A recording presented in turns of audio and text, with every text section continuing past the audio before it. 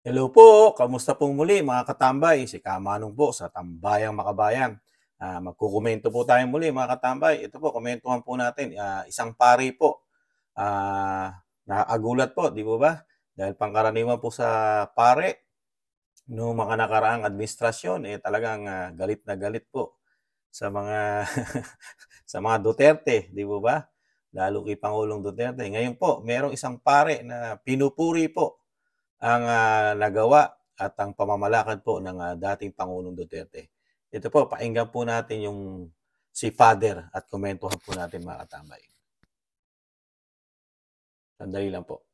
Alright. Ang gagawin ng isang obispo sa isang pwestong tulad nito at sa nalalapit na 28, ano raw po ang gagawin ng isang obispo? Simple lang. Alam niyo po, sa edad kong ito, marami na po akong kasing edad dito, mga 30 anyos.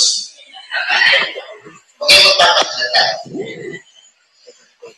Sa paglalakbay ko po, Hong Kong na. Ang mga Pilipino, pag nasa Hong Kong, ang babait. Hindi nagtatapo ng balat ng candy, nilalagay sa bulsa. Pag naka-red, tigil. Kahit walang lumalakad na sasakyan, walang tumatawid. Ilalayo pa natin sa Subic ang Pilipino pag nasa Subic, ang babait, law-abiding citizen. Ang tanong, bakit? Alam nila kasi, hindi sila paglalaruan, hindi sila bibiruin ng gobyerno sa Hong Kong. Naran po ba kayo? Ang totoo niyan, yung katabi mo, matino yan. Pakisabi mo sa katabi mo, matino yan. Pag matino ang nagpapasunod. Amen po ba? Amen po ba?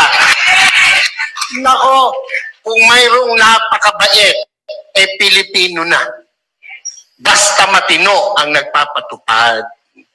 Yan po ang nagustuhan ko sa Duterte administration. Yan po mga katambay, narinig niyo po.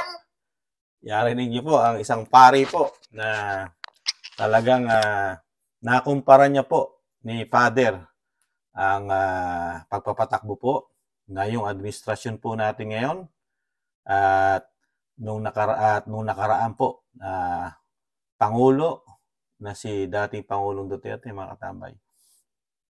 Ngayon po, tama po sabi ni Father dahil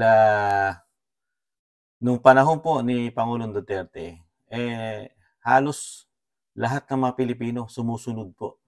Di ba? Nagkaroon ng disiplina kahit papaano ang mga Pilipino. At ang laki ng nabawas po ng mga number 1 po, krimen. Di ba? Addiction. Ang laki po ng nabawas sa ating bansa.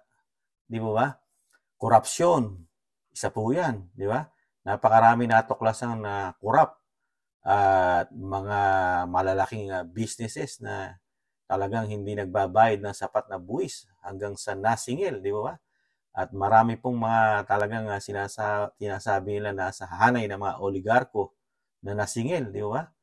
At kasama na rin ng ABS-CBN, di ba? Kaya natanggalan ng prangkisa dahil patong-patong na anomalya at hindi tamang pagpapasweldo sa mga empleyado, di ba? At napakarami pa. At ang nagawa ng dating Pangulong Duterte, ayon dito sa kay Father, talagang may political will po kasi ang leader na pagka ang leader mo, marunong dumisiplina sa isang sambahayan, susundin ka Susunod at susunod sa'yo. Di ba? Lalo kung kailangan nyo sa panahon natin ngayon, napakarami pong pasaway ngayon, lalo sa sinasabing mga bagong henerasyon ng ating mundo sa panahon ngayon, pati mga kabataan, di ba? Yung hindi naman lahat, karamihan nawawalan ng respeto sa matatanda at sa magulang. Hindi naman lahat, di ba mga katamay? Pero yung hinalimbawa rin ni Father, mga katamay, totoo po yun. Pag ang Pilipino, di ba? Ang Pilipino, pag strict o istrikto ang nagpapatupad, sumusunod ang Pilipino. Nangyari po yan sa panahon ni Pangulong Duterte, di ba? Hinalimbawa ni Father, pag ikaw ay nasa ibang bansa, katulad ng Hong Kong, di ba? Yung balat lang ng candy, hindi mo itatapon. Tama po yun. Ibubulsa mo, di ba? Pag napuntahan po natin yung mga lugar, lalo po ang Singapore, mga katambay, ang Singapore po, lalo po napakalinis at talagang pati chiclet natin. Hindi mo pwedeng idura yun sa kalsada dahil tsak na mahuli ka dahil kahit wala nakakita sa'yo, napakarami po nilang CCTV camera na nakapaligid po sa kanilang syudad o bansa, mga katambay. Yun Hong Kong pa lang. Di po ba? At yung batas trapiko na sinabi po ni Father, totoo din po yun. Napakadisiplina at napakabait ng mga Pilipino pagka nasa ibang bansa. Di po ba? Yun nga mismo, hinalimbawa ni Father. Yun, nasa Subic. Pilipinas ang Subic. Di ba? Pero sumusunod po sa batas trapiko ang Pilipino pag nasa Subic. Di ba? Gumagamit pa ng four-way stop po ron. Hindi lang stoplight. Meron pang four-way stop. Kung sino unang dumating doon sa stop, siya yung priority. Kaya tinatawag na four-way stop. Di ba?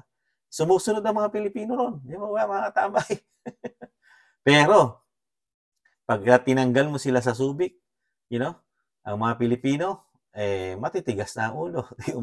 Kaya kailangan po talaga, tama po yung sabi ni Father, kailangan po talaga ng may tapang na leader, disiplinado na leader. Dahil lang mga Pilipino, alam naman natin, alam ni Kamanong, kahit si Kamanong matigas ang ulo, di ba?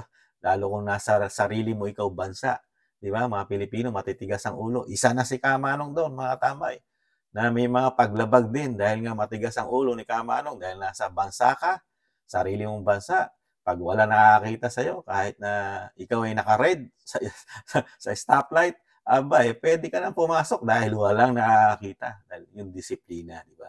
Pero pag si Kamanong nasa ibang bansa, napakabuti ni Kamanong, napakabait. At sumusunod sa batas trapiko. At ganun din po, lahat ng basura ibinubulsa muna ni Kamanong at itinatapon sa tamang tapunan ng basura. Kaya sa Pilipinas, si Kamanong, pwedeng, pasimple lang, mga katambay.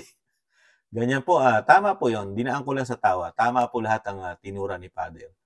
At yung vlog po na yan, yan po vlog po ng isang Maka Marcos, mga katambay. At talagang si Father talagang kung laitin po itong hindi ko na po pinalabas at pinarinig po sa inyo dahil kabataan po, isang batang vlogger na babae po, sa tingin ni Kamanong wala pong disiplina at hindi pwedeng disiplinahin, mga katambay.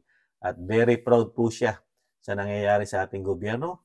Palibhasa kabataan, walang nakikita na pagbabago. Palibhasa ngayon malaya, nagbalikan di umano ngayon. Ngayon, nagbalikan lahat. Ang addiction, droga, may korupsyon pa di umano, di ba? Tapos meron pa tayong gera na wag naman sana. At kahirapan, bumalik na naman ang sobra-sobra kahirapan natin ngayon. Kawalan ng trabaho, napakataas ng bilihin, di ba? Kaya nakakalungkot po. Kaya nakakagulat lang po, merong isang pare na naka-appreciate ng nagawa ng dating Pangulong Duterte. Nakakatuwa naman po. Kasi nakita niya yung comparison Kasi parang kailan lang po, di ba? Nung bumaba sa pwesto si dating Pangulong Duterte, naglingkod ng 6 na taon. Tapos yung bagong kapalit po natin ngayon na 2 taon na po naglilingkod, na talagang dinadala lang tayo sa issue sa Duterte, Kikibuloy, saka sa West Philippine Sea. Diyan lang po, lumalakad ang buwan, taon sa issue na yan. Pero sa pagtugon na pangailangan na mahirap, meron naman silang pagtugon, yan, may kadiwa, tapos si ayuda. Yun po ang solusyon sa kahirapan at kawalan ng trabaho. Kaya mabuhay kayo, Father. At least na-appreciate nyo po ang paglilingkod ng dating Pangulong Duterte. Kaya ito po, mga katambay, papasalamat tayo kay Father kasi nakita niya ang kabutihan ng isang Rodrigo Roa Duterte sa ating bansa. Muli po si Katambay Manong, nag-iwan pong tis-tis lang, mga katambay. May pag-asa pang makabangon ng ating bansa. Bye-bye!